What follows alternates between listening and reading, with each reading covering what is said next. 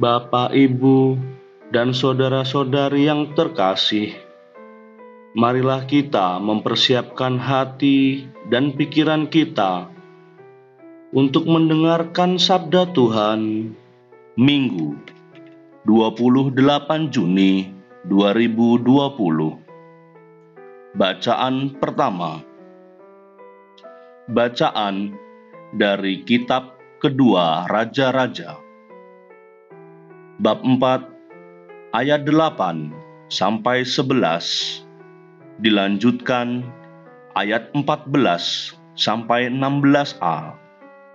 Pada suatu hari, Nabi Elisa pergi ke Sunem. Di sana tinggallah seorang perempuan kaya yang mengundang dia makan. Dan setiap kali ia dalam perjalanan, singgahlah Elisa ke sana untuk makan. Berkatalah perempuan itu kepada suaminya, "Sesungguhnya aku sudah tahu bahwa orang yang selalu datang kepada kita itu adalah abdi Allah yang kudus. Baiklah kita membuat sebuah kamar atas yang kecil yang berdinding batu, dan baiklah kita menaruh di sana baginya sebuah tempat tidur, sebuah meja, sebuah kursi, dan sebuah kandil. Maka apabila ia datang kepada kita, biarlah ia masuk ke sana." Pada suatu hari datanglah Elisa ke sana. Lalu masuklah ia ke kamar atas itu dan tidur di sana. Kemudian berkatalah Elisa kepada Gehazi, hambanya, "Apakah yang dapat kuperbuat baginya?" Jawab Gehazi, ia tidak mempunyai anak, dan suaminya sudah tua." Lalu berkatalah Elisa, "Panggillah dia." Sesudah dipanggil, berdirilah perempuan itu di pintu. Maka berkatalah Elisa kepadanya, "Tahun depan, pada waktu seperti ini juga, engkau ini akan menggendong seorang anak laki-laki. Demikianlah sabda Tuhan. Syukur kepada Allah." Bacaan kedua. Bacaan dari surat Paulus kepada jemaat di Roma, bab 6 ayat 3 sampai 4, dilanjutkan ayat 8 sampai 11. Saudara-saudara, camkanlah, kita semua yang telah dibaptis dalam Kristus telah dibaptis dalam kematiannya. Dengan demikian, kita telah dikuburkan bersama-sama dengan Dia oleh pembaptisan dalam kematian, supaya seperti halnya Kristus telah dibangkitkan dari antara orang mati oleh kemuliaan Bapa, demikian juga kita akan hidup dalam hidup yang baru. Jadi, jika kita telah mati dengan Kristus, kita percaya bahwa kita akan hidup juga dengan Dia. Karena kita tahu bahwa Kristus sesudah bangkit dari antara orang mati, tidak mati lagi. Maut tidak berkuasa lagi atas Dia. Sebab kematiannya adalah kematian terhadap dosa, satu kali untuk selama-lamanya, dan kehidupannya adalah kehidupan bagi Allah. Demikianlah hendaknya kamu memandangnya.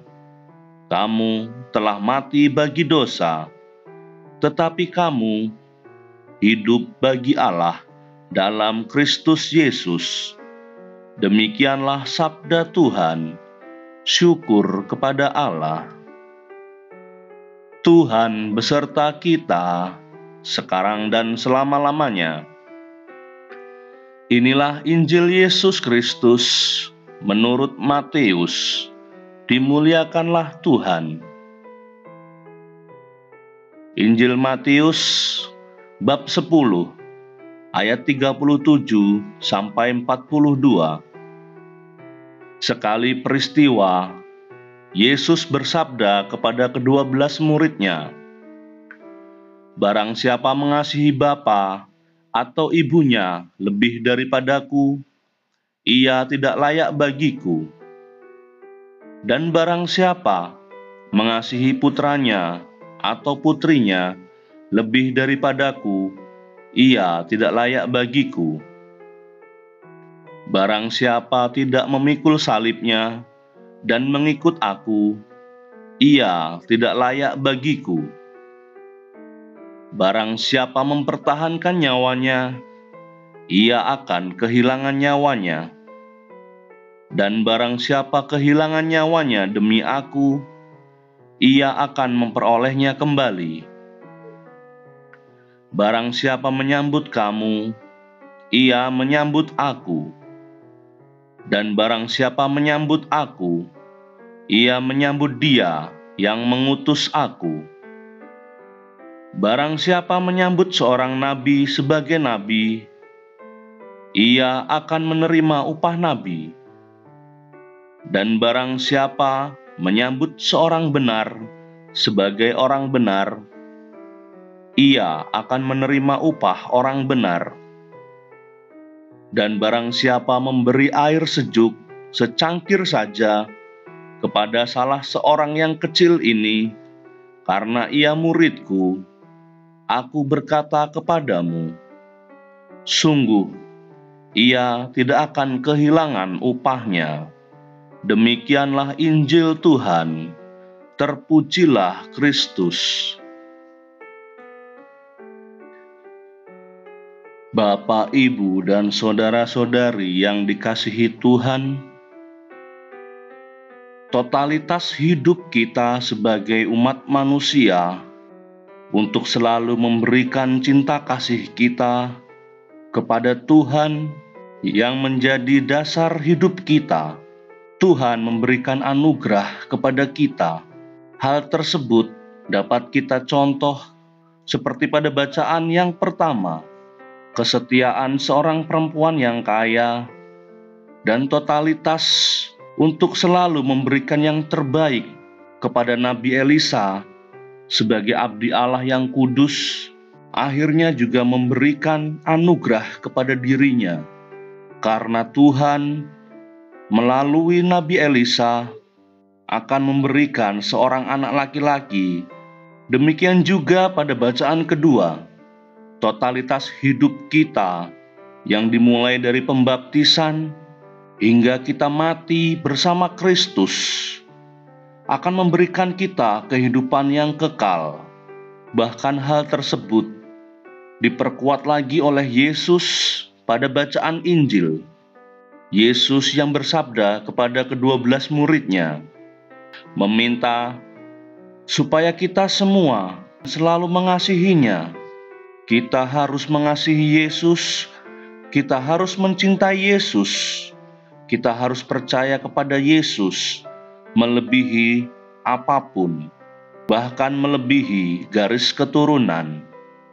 Pernyataan Yesus kepada para murid-Nya mungkin sungguh mengejutkan.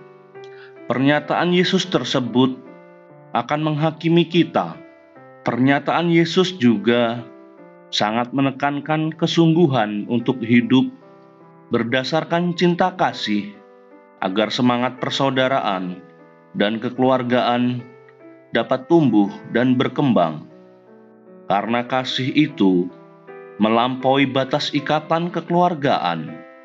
Kasih itu harus dihayati, kasih juga harus dipahami, dan kasih juga harus dilakukan, dilaksanakan sedemikian rupa, sehingga perwujudan kasih dapat menyentuh kepada siapa saja, tidak terhalang oleh garis keturunan.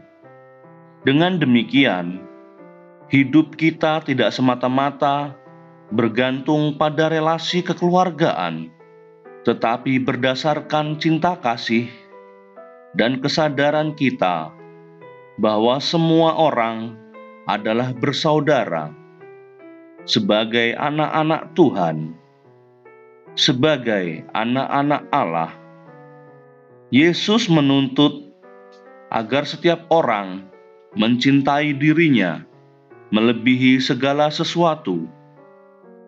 Hal itu dimaksudkan bahwa kita harus mencintai Yesus sebagai Tuhan.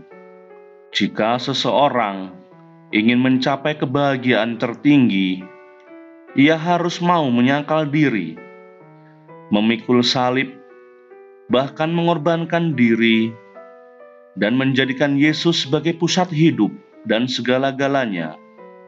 Kita harus berani kehilangan nyawa kita oleh karena Yesus. Karena Yesus akan menganugerahkan kebahagiaan sejati kepada kita yang rela berkorban sampai mati dalam namanya. Kebahagiaan seperti itu tidak dapat dibeli dengan kekayaan, maupun didapat dengan prestasi dan popularitas diri. Karena kebahagiaan sejati hanya dapat diperoleh dengan mengorbankan diri bagi Yesus. Ya Yesus Kristus, kasih-Mu sungguh besar bagi kami umat manusia. Jauhkanlah kami dari kecenderungan cinta atas diri sendiri. Mampukan kami untuk memberikan cinta seutuhnya kepadamu, sebab Engkaulah sumber cinta dan keselamatan kekal. Amin.